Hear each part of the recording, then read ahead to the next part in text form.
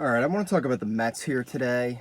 A lot of injuries in Major League Baseball, especially for the Mets. The Mets have been really hit hard by injuries the last few weeks or so. So far, they've lost Conforto, McNeil, Alonso, Nimmo, J.D. Davis, Pilar, Taiwan Walker. Conforto and McNeil are going to be out until late June. Carlos Carrasco, he's also down. They just found out that he's gonna be out longer than they thought. A lot of teams dealing with injuries. The Mets seem like they're really getting hit hard. Running out a AAA lineup, essentially. They've got Cameron Maben hitting third on their team. And he's 0 for 19 with one walk. His one offensive production is a walk. They've got Janeshwe Fargas in center field. I had to write that down, my cheat sheet. Janeshwe Fargas is in center field, and he just got injured. So now they might be running out a double-A lineup right now. And on top of that, their supposed best player, Francisco Lindor, I don't think he realized that the season started yet because he's hitting like 196. And they're paying him 32 million a year, something like that. So the reason I wanted to talk about the Mets and I wanted to talk about just injuries in general is these teams, they need to not panic right now. We're only at the end of May. This is a 6-month season, not a 60-game season for 2021. And especially in the Mets division, because this is the National League East, they just need to tread water. This is a much worse division than I think a lot of people thought it was going to be. The National League East is what I think a lot of people thought that the NL Central was going to be this year. Kind of a bunch of sort of mediocre to average, maybe slightly above average teams.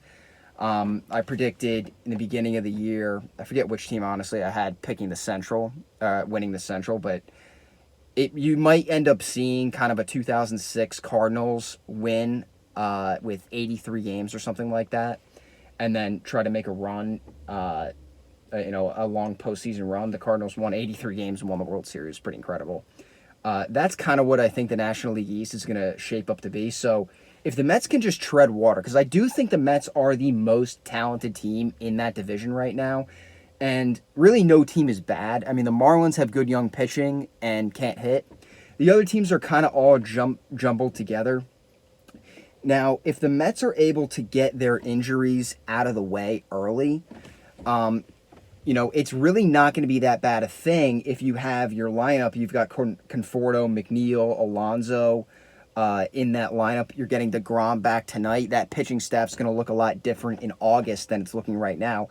And really, their team could come together in the months of July, August, September, which is kind of when you want your team to really come together anyway, getting ready for the postseason. And Lindor, he's getting his early struggles out of the way now. I don't think he's going to turn into Jason Bay or Jason Hayward, Sean Figgins, B.J. Upton. I don't think he's going to be one of those guys who signs a long-term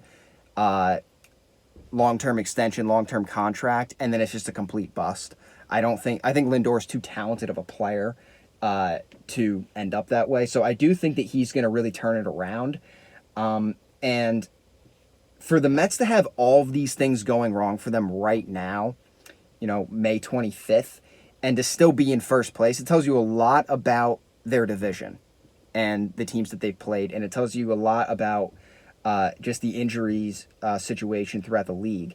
And I think if the Mets can just pretty much just tread water, that they will come out of this and they will be fine. They were my pick to win the National League East. And despite all the injuries, despite the fact that they've got Cameron Maben, who's 0 for the month, hitting third, I think that they will be okay.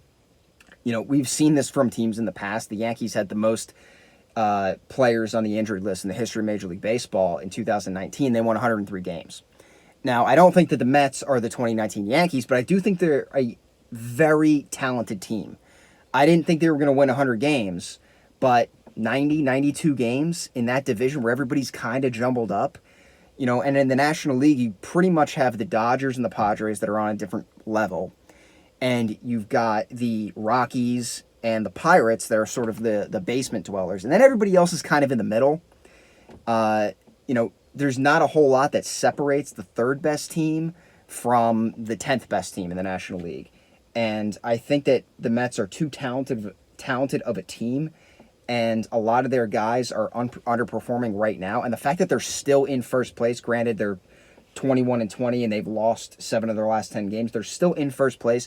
And if they're dealing with these injuries and these struggles this early in the season, it's hard not to imagine that, kind of the law of averages in a way is going to allow them to sort of rebound and take a big step in the second half of the season.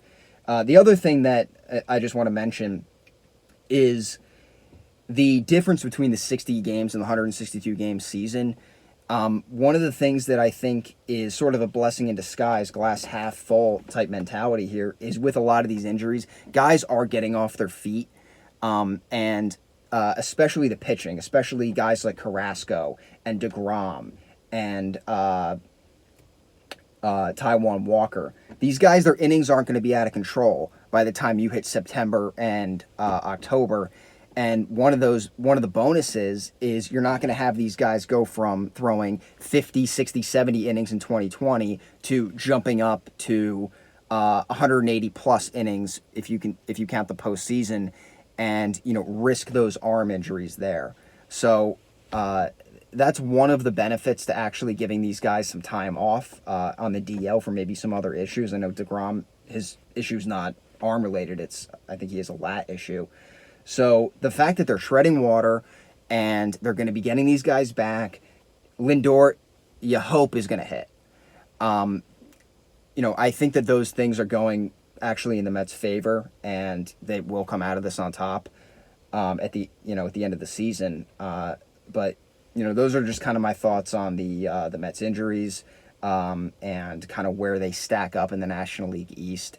And look for the Mets to have